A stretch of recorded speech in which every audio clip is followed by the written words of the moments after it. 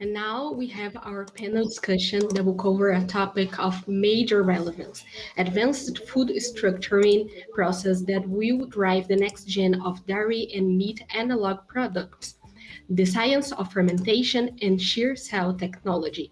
We have a great lineup of speakers. So today we have David Welch, scientist and co-founder at Synthesis Capital. We have Denis Cherot, scientist, CEO of Improve and Pivot, Josephine Wei, scientist and associate professor at Penn State University, and Natsian van der Gut, professor at Wageningen University.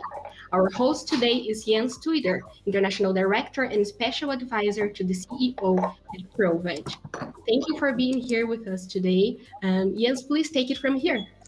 Thank you so much, Anna, and thank you to everyone at ProteinX for making this happen. I think this is an amazing lineup to discuss food structuring processes and plant-based technology. As we know, texture and taste have always posed challenges to alternative protein products, and with new technologies, we are now witnessing a potential paradigm shift for the whole sector. Today, we are going to explore two fascinating technologies in more detail, namely fermentation and shear cell technology, addressing both their huge potentials, but also some of the challenges they bring. So maybe let's get started with looking into fermentation first. So fermentation is, of course, a well-established technology, and 2020 obviously was a hugely successful year for the fermentation industry. And according to a recent report by GFI, investment in fermentation technology skyrocketed in 2020, and companies raised around $587 million, which is more than 2 times the amount raised in 2019. And this gives you an impression how massive this growth is in that sector. So I would like to address you, Josephine, because you're the expert here. What are your thoughts on this development, and what is your vision for a truly game-changing innovation in the science of fermentation? Thank you, Jens. Thank you for the question. And thank you, ProteinX, for the opportunity and invitation to serve in this panel. And I also thank all the participants for their time. I know how difficult it must be to be on another connecting virtually on another call, but here we are. Jens, if that's okay, before I answer the question, I just wanted to give some background on myself. I'm Dr. Josephine Wei, assistant professor of food science at Penn State. My mom thinks I assist a professor, but that's the story for another day, right? So I come to you with a unique set of skills in microbiology, food safety, and mycology. I study fungi, so there are not a lot of us out there now that study fungi, or you might hear it called fungi. So I bring an innovative perspective to this conversation on the next generation of proteins. So fungi have a long history of safe use for centuries. So what I hope you gain from this panel is 2 points. Think about this. We hear a lot that fermentation is the future, but it has also been our past. So what has changed and what will continue to change? And secondly, why is fungi important in our conversation today? So back to Jan's question, Jan asked me, what is my vision for a truly game changer innovation in the science of fermentation? I think this question is somewhat visionary, but I also think our vision should be heavily grounded on data and where the science takes us. So to me, 3 companies really stand out when I think of game changer innovations. I think about it in 2 ways. What are new to the world proteins? So these are not line extensions of products. These are completely unique proteins that are new to the world. And the second one I think about that is truly game changer is really understanding protein functionality, which I have not seen a lot in these products that are out there. And the 3 companies that I mentioned that in my mind are game changer companies, they're not better than the others. I just had more time to read up about them and understand their processes, understand the science behind it. The first one is Air Protein, thinking about the ability to make carbon negative proteins, carbon negative fibers, carbon negative proteins. I think it's so important when we think about game changer with producing proteins with limited resources, with reusing what is out there in the space. The second company that I think a lot about, I have a really good friend working there, Dr. Kartik Anikela at Superbrute Foods. When I look at Superbrute proteins, I kind of think about them like the Wonder Woman of fermentation. The ability to produce protein, a complete protein in 18 hours, I think that is quite game changer when you think about what Superbrute is offering there. And I believe Superbrute's story came from isolating or taking a bacteria that was in the gut of a herbivore and innovating in that space. So that microbe was evolutionarily selected to produce and survive in a environment as such. And the third company I think about is Nature's Fine. I think they're working on a fungus from Yellowstone that can withstand extreme temperatures, extreme environments, and as well as can make a complete protein. So Jans, I'll turn it back to you. Those are my visions for truly game changer innovation related to new to the world proteins as well as protein functionality. Yeah, thank you so much. I think that is really inspiring, especially given the circumstances you just described with negative kind of impact in terms of carbon dioxide. That is most interesting. So, what do you see as other challenges for fermentation-derived alternative proteins, in addition to, of course, the obvious major quality challenges such as structure and texture and mouthfeel? Is there anything besides these very obvious challenges that you would be interested in and look into for good reasons? Yeah, thanks, Jans. So I'm talking the whole time. Okay, and you know, the rest, Dennis and Adzi and the rest, please feel free to chime in if you have any thoughts here. So when I think of other challenges other than the quality, structure, and mouthfeel, so like physical, chemical challenges, right? I think about it with 3 Ps in mind. How do we go from protein to product to population or consumers, right? So protein, product to population. So coming from a food safety perspective, I think this would be an area of opportunity and challenges. So my questions are these products safe to the consumers? For example, we know that fungi have on one hand, they're safe to use. We know about their history, but we also know that they can produce secondary metabolites that can be harmful. Okay, so we also know that fungi can, for example, produce allergens that can cause allergies in susceptible populations. So as we continue to innovate in this space, it is important to think about the safety in addition to other aspects. And when we look at consumers, there's so much we don't know. So my colleagues at Penn State, Dr. Helena Hopfer, she is a chemist and a sensory scientist at Penn State, and Dr. Greg Ziegler is a process engineer working on food materials characterization. So together we're interested in how specific food structures or material properties can impact protein choice in consumers. And as we continue to innovate in this space, the data from consumers is so critical to move these products forward. Finally, related to that, the science and product communication, we must involve our consumers. We think about proteins to products to population, but in reality, I think the direction goes the other way, you know, from populations to product, because ultimately we're designing these proteins for our consumers. For example, when we say that these alternative proteins are more nutritious and healthier, is this true, right? How and why is this true? So I think it's critical to engage our consumers in the process. Jans, I'll turn it back to you. Absolutely. I couldn't agree more with you. I'm within a food awareness organization, and exactly what you said is also true from our perspective. Engaging the consumers and also defining the target group of consumers we have in mind is absolutely critical here, because we have very different audiences we're looking at. The more critical people with an omnivorous or flexitarian background who want to eat something or experience something that's very familiar to what they know, and the, let's say, less demanding consumers like vegans or vegetarians, who very often are intrinsically motivated to change their diet and therefore might have different expectations for these things. Would anyone on the panel like to comment on what Josephine has just said, or is there no need at this stage? Otherwise, I would briefly like to introduce ShearCell and maybe then we have a better overview of the whole spectrum of technologies and then can take it from there. So I would like to address this, of course, to Atze, because he is a true pioneer in this emerging field.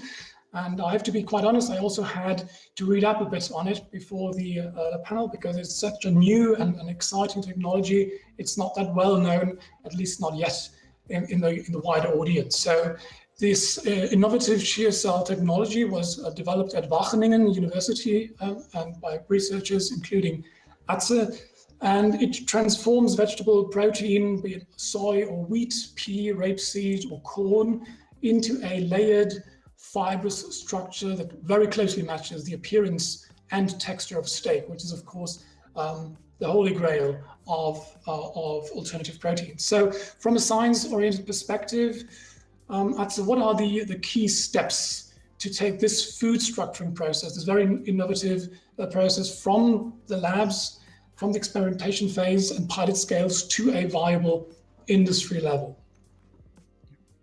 So good afternoon for me and good morning for you. Thanks very much for this kind invitation and to be able to join this panel.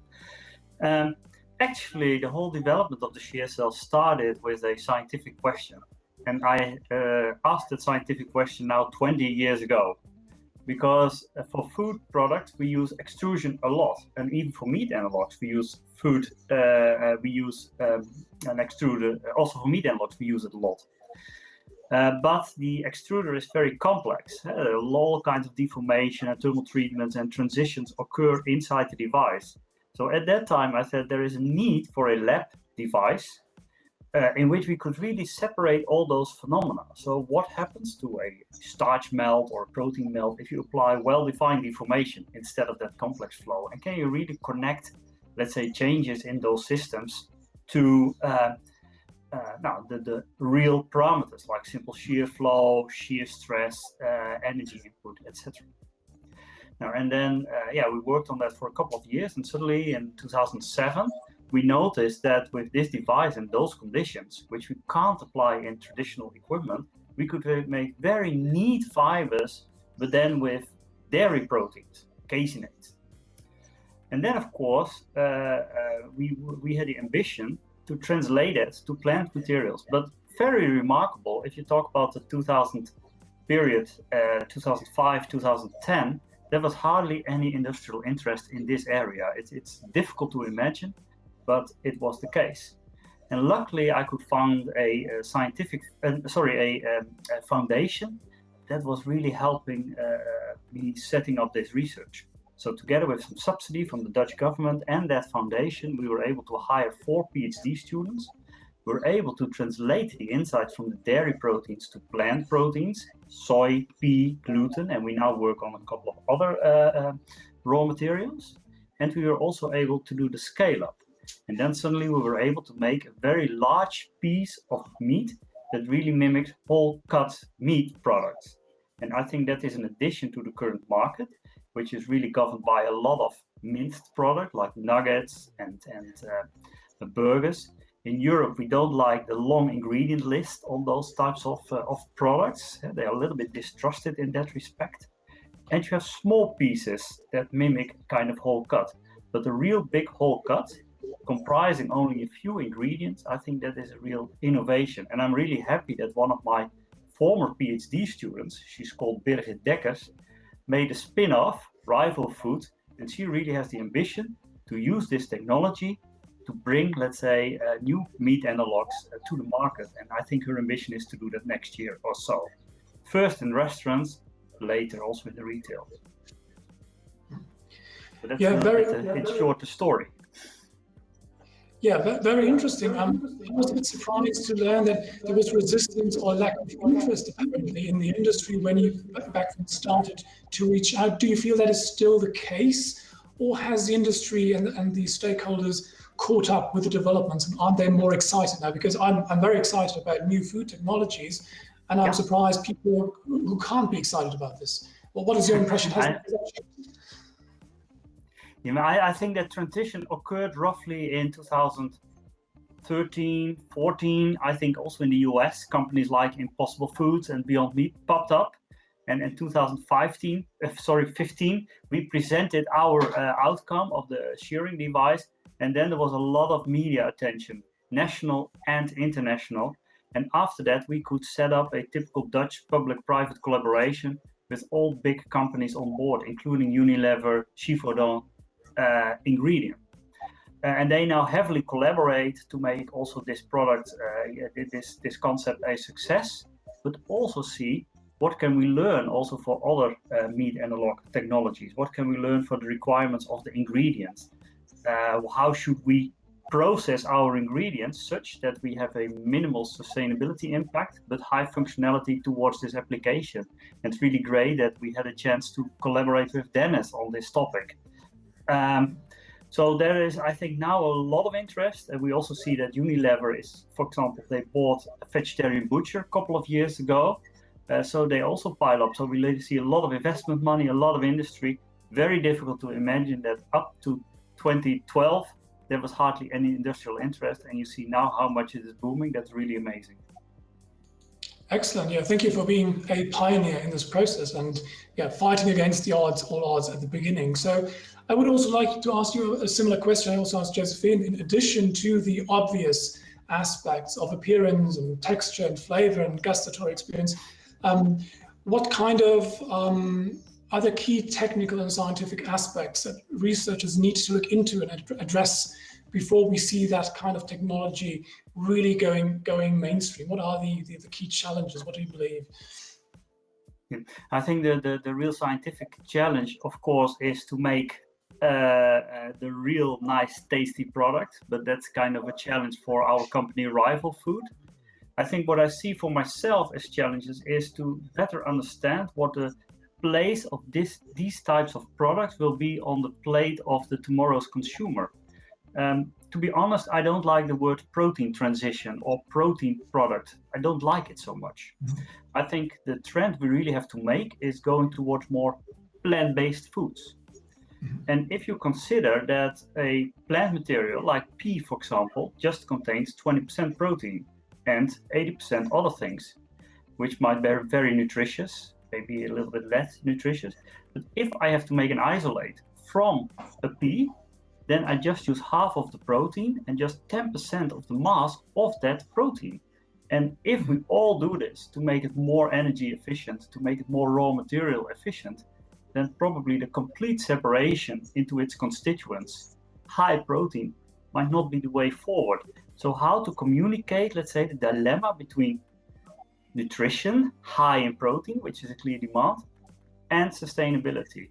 So one of the big parts in our research is to focus to rethink fractionation processes of pea, soy, rapeseed towards optimal functionality in an efficient manner as an ingredient for new types of products like meat analogs.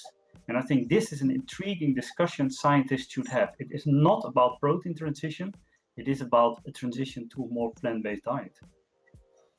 Yeah, very, very good and very valid points, and I totally agree. I think this is even more true from the consumer perspective that we also have deep insights into.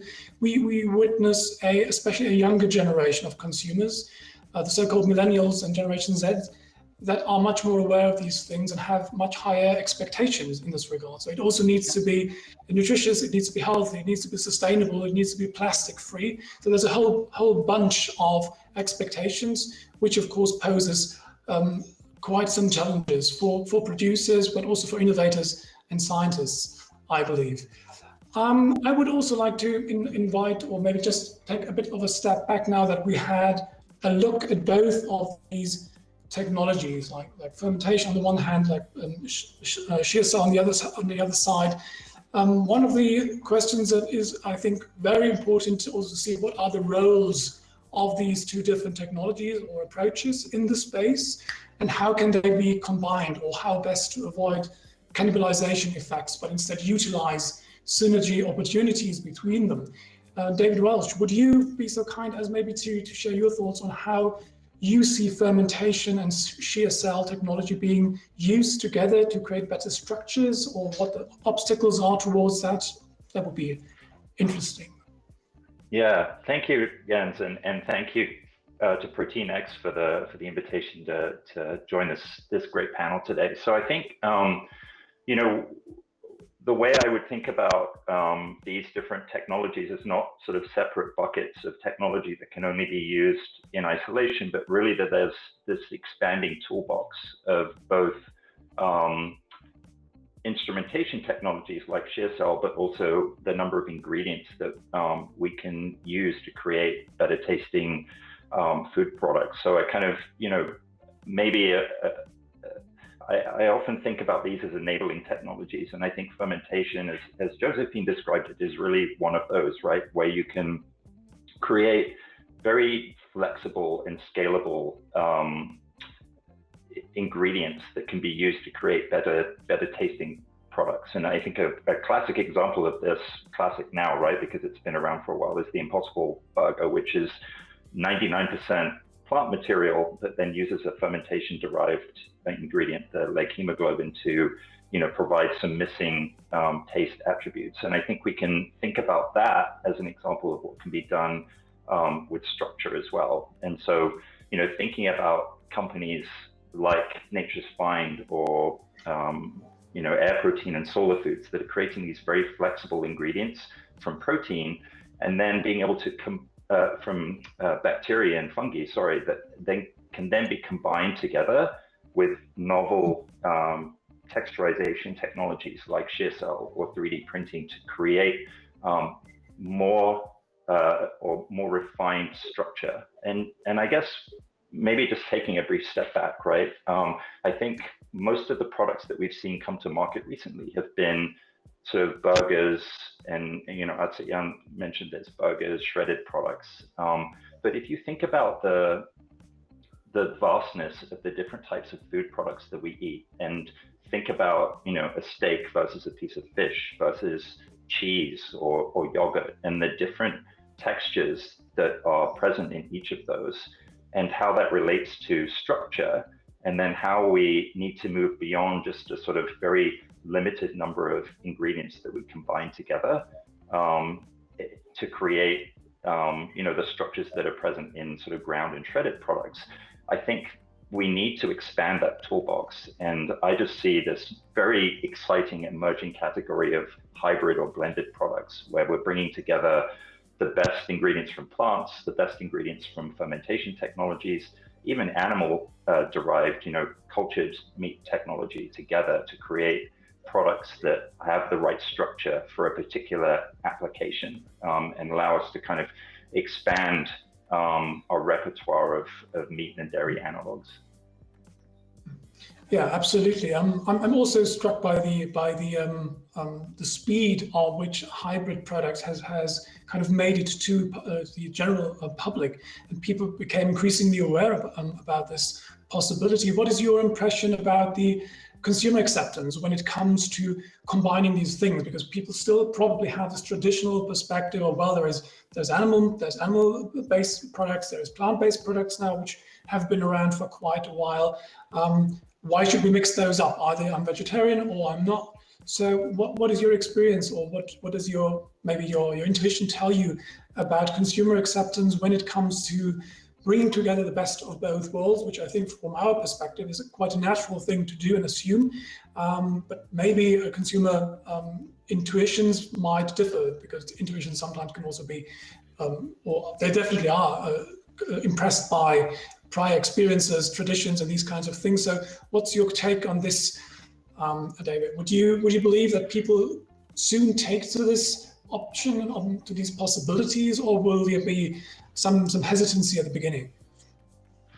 Yeah, I mean, I think it's a great question, and something that we should all be thinking about in this industry. And I think that it's obviously, first, it's difficult to lump all consumers into one single category in terms of how they're going to perceive and react to these products. But I think, and also I think there are different dynamics and tensions, right?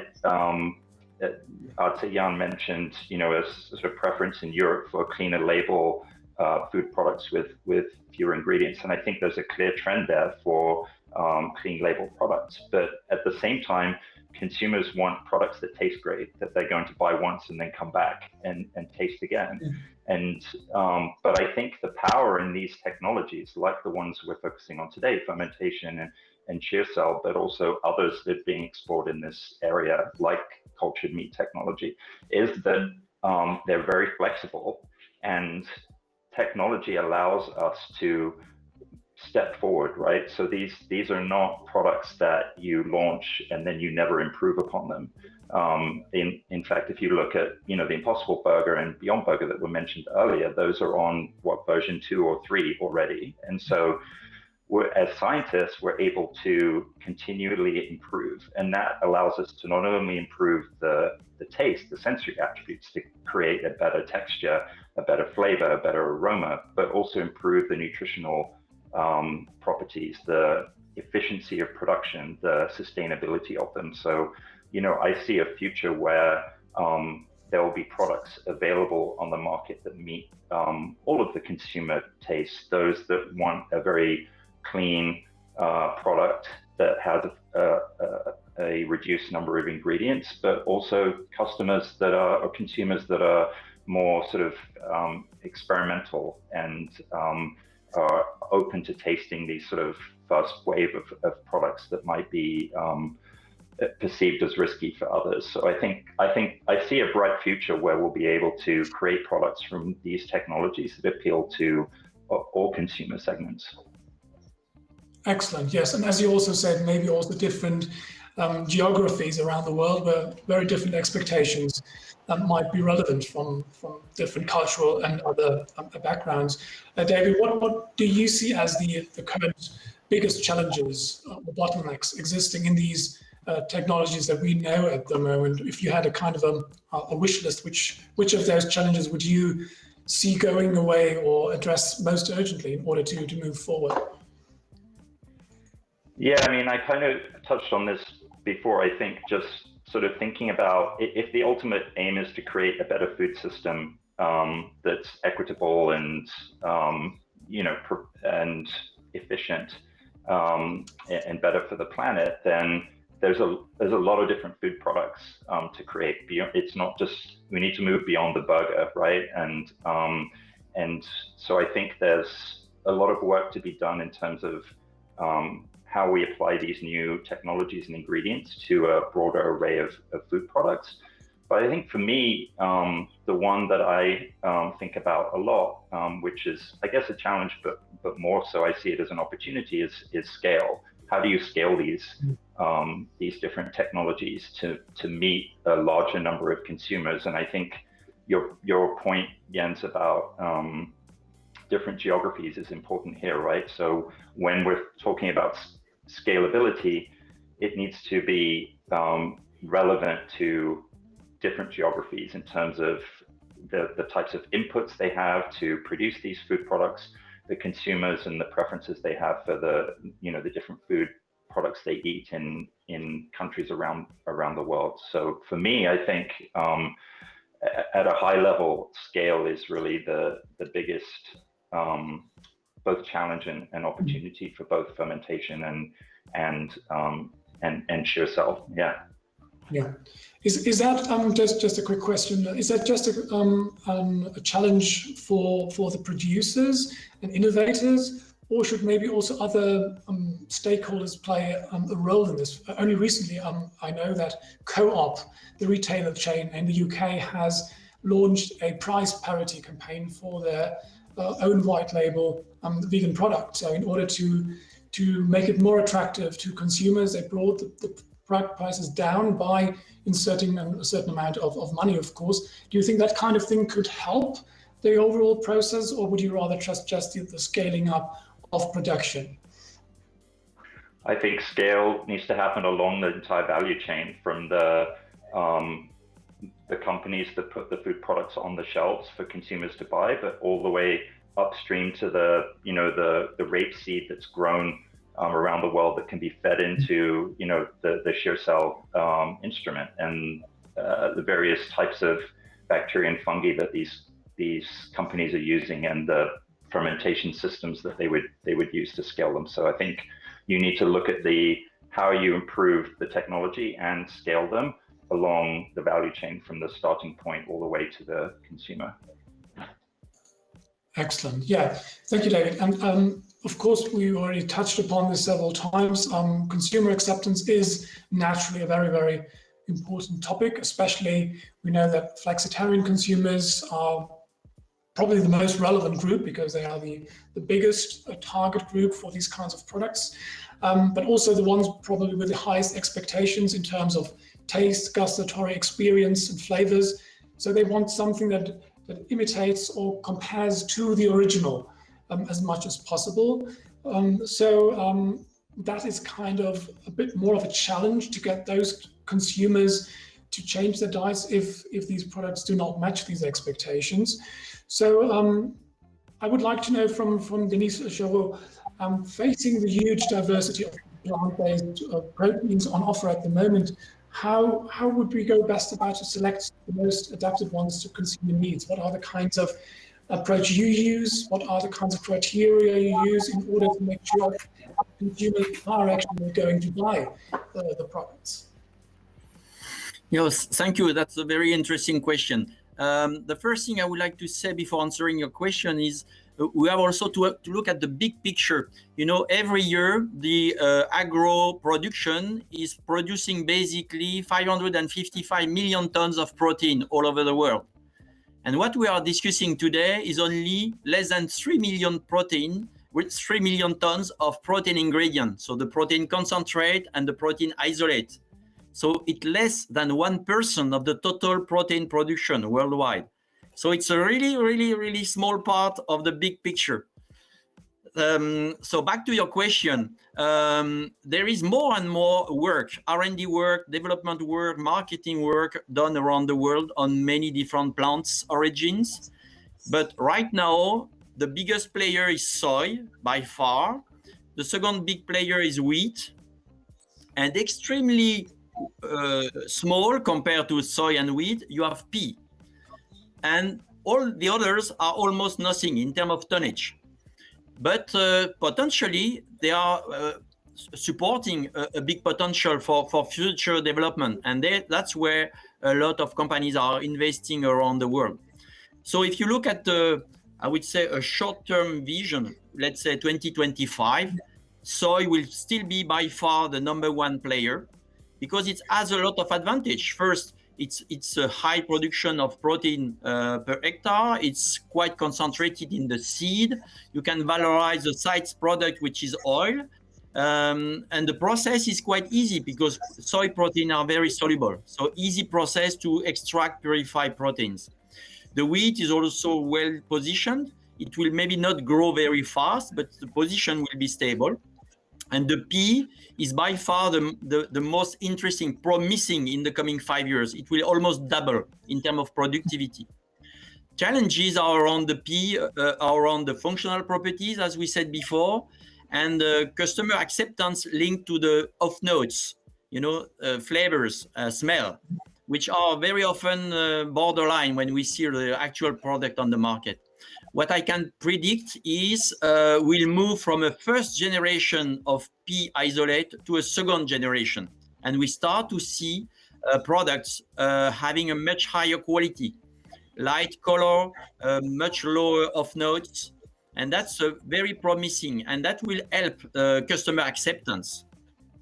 Then you have a long list of newcomers like potato, rice, faba bean, coming from different origin. Of course, you were speaking about protein coming from microorganism. So then the challenge will be around how is the supply of the raw material accessible and reliable, and what will be the price of the raw material, price of the processing. And today, it's not really cost competitive for all of these because they were not on stream at the right size. As explained by David, you need to extend the capacity to really reach something which is cost competitive. I'm used to say that an isolate plant needs to produce minimum 10,000 tons of protein per year to be cost competitive. So it's a big plant and it's a lot of money. we have a recent example by Ingredient, Rocket, or ADM of investing big facilities. It's $100 million to build such plants. So limited number of companies can achieve this. So I don't know if I answered properly your question, Jens. Well, yes, you did. Thank you very much. I would like to build on this a bit, maybe. For us, as a food awareness organization and a consumer perspective, very often we encounter the problem of the category killer, right? Which is like a very bad first impression is very difficult to undo. So I remember personally, small anecdote, when I turned vegan many years ago, I bought soy milk and I bought a vegan cheese. And it later turned out that those two were the worst possible products on the market back then. And when I tried them, I thought to myself, well, if that is a vegan, then it's going to be very difficult for me. Fortunately, I soon discovered that there are lots of better alternatives out there, but I do know from people who say, well, I'm giving this one try, and if I pick something really bad and it doesn't taste like, then say, well, if that's the plant-based alternative, that's definitely not for me. So I would like to know from you, Dennis, but also from all panelists, maybe you can all contribute here. How aware are producers, innovators, and also scientists of the relevance of the taste experience, also of the initial contact? So, of course, we need to experiment and develop things further, as we heard with the Impossible Burger. It's a continuous evolutionary process, but there is also a risk of going to market prematurely and offering something that some people might find so unattractive that they don't give it a second chance. So what kind of awareness is there in the industry at the moment around category killers? And just another example, at ProVeg, we very often have this inside the bubble and outside the bubble perspective. So we get new products to taste them. The vegans usually say, oh my God, I can't eat this because it tastes so much like the original. It's horrible, it reminds me of animals. Whereas other people say, well, this is a far cry from the original. So we have very different perspectives to deal with. And I'm wondering what the awareness level is in the industry around these problems of perception, expectations, and also the category killer problem. And maybe Denise, you wanna say something about it first, and others, please feel free to chip in. Yes, so if you look at the soy protein history, soy products started more than 40 years ago. And at that time, I am old enough to tell you that they were not extremely good. When you look at products now based on soy, they are extremely good, because they made a lot of effort. And efforts are not only on the process, but also on the genetic of the seeds. So genetic of the seed, basically you need between 7 and 10 years to generate a new seed. So 40 years is just basically 4 or 5 cycles to improve your crop. So I think we have a lot of promising stories to tell in future, but soy is in advance, clearly, but pea is moving forward, and maybe in 30 or 40 years, it will be much better. That's first thing, raw material. The second, the process. In Improve, we are an R&D center. We patented last year a very innovating process. We can get pea protein isolate, almost white and totally off notes, just by a different process. So there are processes able to achieve something which is extremely good in terms of off notes. And in addition of that, because behind off notes, you will have the functional properties. And if you manage properly your process, you will get very high quality in terms of protein functionalities, which will help the food processor to introduce more of your protein with less ingredients. Because what you see right now in the product list is you have a lot of ingredients which are just here to compensate a lack of functionality or to mask the off notes of your protein. So the better will be your quality of the product, the lower will be your ingredient list, and the higher will be the customer acceptance. I think that's something which is really to have in mind. And we see more and more good product arriving on the market. Absolutely, no, absolutely. So anyone else would like to share perspectives on this? Or also, do we have enough data? Maybe Josephine, maybe something you can also help us out with. Do you believe we have enough data about what people are looking for, what they are expecting, where we need to improve?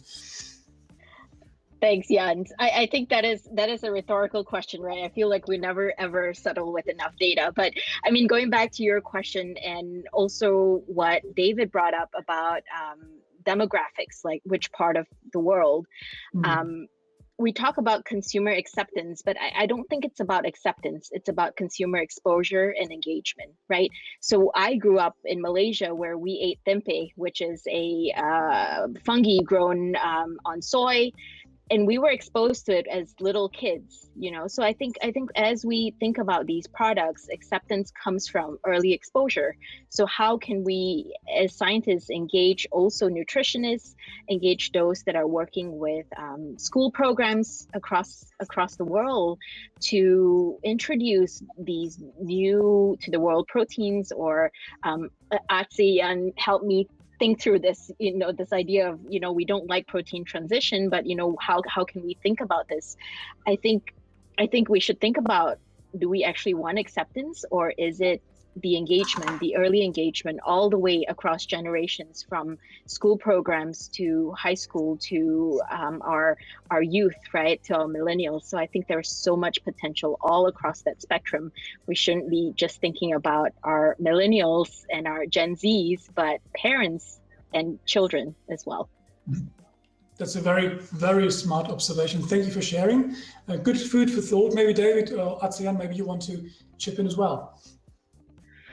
Yeah, I think what I wanted to add is just thinking about the, and Atzian mentioned this when he was speaking before, that there was this shift in 2013, 2015 with sort of receptiveness to technology. And I think also who these products are being made for changed as well, right?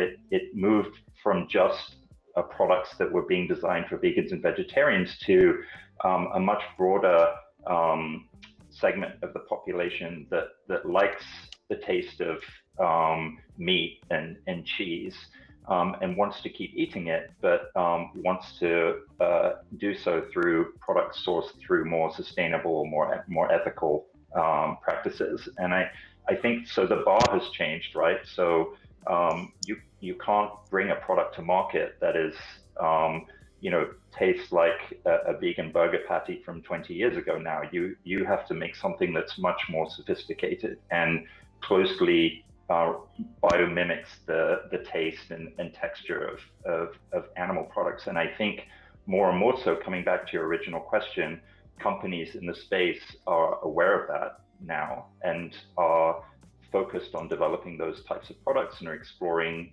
novel ingredients, novel processing technologies like the ones that Dennis mentioned, to create these products that edge closer and closer to being difficult to distinguish from the original product. So I think that I think we're seeing that now, right? Even with the big CPGs, they're now aware that they really need to have this broader consumer in mind. And, you know, going back to what Josephine was saying as well, I think it's not just about launching the same product everywhere in the world and expecting all consumers to like it. There's a much more sophisticated strategy that's required to create products that work for particular consumers around the world. Excellent. Thank you. Atze, you also unmuted already. You want to contribute? Yeah, it's now very interesting discussion, and if you allow me, I would like to introduce another aspect. I think it's all about diversification. We need more products that resemble more types of meat, and I think CSL technology could play a role there.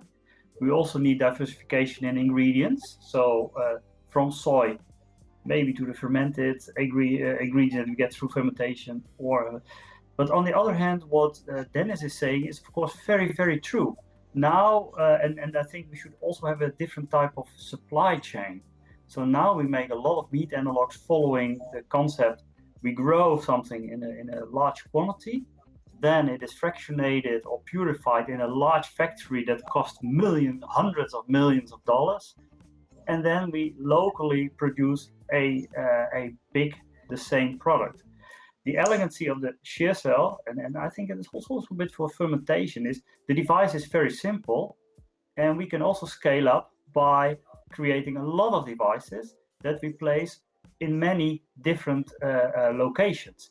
In a way, what we see now is that on beer, for example, we see a lot of microbreweries popping up. So in one city, you can drink another beer than in another city. So if you need product diversification, maybe we should more focus on the creation of smaller factories, and maybe we should also connect more to the ingredients. The introduction of a new ingredient like faba bean most likely will not go through making a faba bean protein isolate, but see how we can minimally process the faba bean flour, maybe in combination with soy, from which we have the isolates and the concentrates, etc. And then you can really tailor it to local taste, local needs. And that means that we should have smart, clever, smaller factories, maybe not so super expensive, and that can also lead to another supply chain, in addition to the supply chains we already have from, let's say, the Impossible Burgers that produce a lot of burgers and with a constant quality and highly appreciated by consumer. But I think we need an additional type of supply chain with flexibility, product diversification, etc. Yeah, very good points. So what I take away from this is a couple of things. Diversification seems to be really, really important. There's no point in talking about the consumer. I've learned from Josephine, we should not talk about acceptance, but exposure, which also is good news for us. We as an awareness organization doing exactly this. We're trying to expose people to these innovations. We're trying to normalize plant-based alternatives in school programs, in food service outreach and retailer and producer outreach, of course. We also should look that we customize things a bit better to the probably demographical and geographical differences that our customers and consumers might have. So for me, lots of very good and inspiring information I take out of this conversation with you. Anyone, any final last words, anything you would like to share on the conversation we've had so far? We have 2 minutes left as far as I can see, and I would like to give you the room and space to maybe share some final thoughts before we hand it back to Anna. Jens, I think I see questions from participants. I think they're mainly related, specific to maybe Dennis and Jan. I'm not sure if we want to take them so that participants, can be involved too. Oh yeah, thanks. That's very good. I see one for, for Jens. Yep. Mm-hmm. Well, maybe you can also go ahead. I think this is one that. Yeah, this is one that I had too for Jens, which is when we think about shear cell and extrusion, how do you view the costs, Jens? Which one would be more expensive than the other? In a way, they're very comparable, and on the other hand, there are differences. The extruder is very good in making one product a high efficiency. But the startup costs are quite expensive. If you have to buy an extruder, that costs quite a bit. The shear cell is in a way, it started as a simplification of the extruder. So by its nature, it is cheaper, but batch, let's say. So maybe that concept should fit more if you would like to produce many different types of products with, let's say, limited process investment. So I think it serves different markets. Excellent. Thank you so much. Any other comments or contributions from any of you at this stage? Yes, maybe I can, Jens, I can make a comment. We are all speaking about customers. I would like just to emphasize the diversity of customers all over the world. There is not one customer, there are multiple ones. They are following very contradictory thought. Sometimes they want to get something cheap, good, without gluten, without GMO, so it's very, very complex. It's very different. I would like also to warn you about what I call the noisy minorities, because if you look and hear at the media, we are all eating, we are all vegan, we are all eating organic, GMO free. It's not true at all.